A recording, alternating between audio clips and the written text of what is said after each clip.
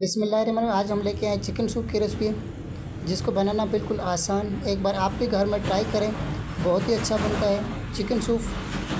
सबसे पहले हम लेंगे 3 से 4 टुकड़े बोनलेस चिकन, एक कटा हुआ प्याज, 4 से 5 लहसुन की जवें, एक अदरक का टुकड़ा, एक कटे हुए लाल गाजर। उसके बाद में 1 चम्मच काले मिर्च और 1.5 लीटर पानी डालेंगे। पानी को डाल के हम बनाएंगे यखनी। यखनी के ऊपर जो ये झाग आती है, इसको हम निकालेंगे। इसको निकाल के उसके बाद में देंगे ढक्कन। 15 से 20 मिनट हम ढक्कन देंगे, इसको पकाएंगे, क्योंकि जो हमने गाजर, प्याज और जो दूसरी चीज़ें डाली है चिकन, वो हमारी यखनी में अच्छी तरह पक जाए।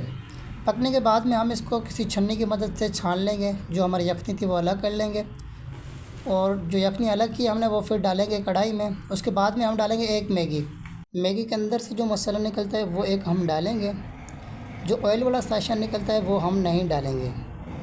मैगी को क्रश करके डालना है, तो मैगी को क्रश करके हमने डाल दिया, और जो मसाला निकला था वो भी हमने डाल दिया। उसके बाद में कटी हुई लाल गाजर, शिमला मिर्च और चिकन जो हमने पहले जिससे यखनी बनाई थी, उसको क्रश करके डाल देंगे। 1 चम्मच नमक, आधा चम्मच काले मिर्च, 1 चम्मच सोया सॉस, 1 चम्मच सिरका और 1 चम्मच हम डालेंगे इसमें चिल्ली सॉस। आप भी ज़रूर ट्राई करें, चिकन सूप बहुत ही अच्छा बनता है। कमेंट करके लाजमी बताएं आप किस कंट्री से वीडियो वॉच कर रहे हैं,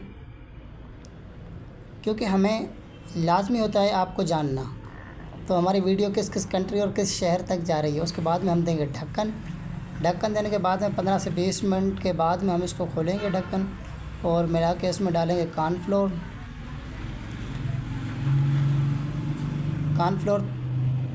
2 से 3 चम्मच मिला के पानी में इसमें करेंगे मिक्स।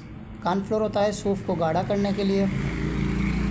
उसके बाद में हम लेंगे एक अंडा, वो भी फेंट के इसमें करेंगे मिक्स। अंडा मिक्स करके हम 1 उबाल तक पकाएंगे, तो हमारा सूप हो जाएगा रेडी।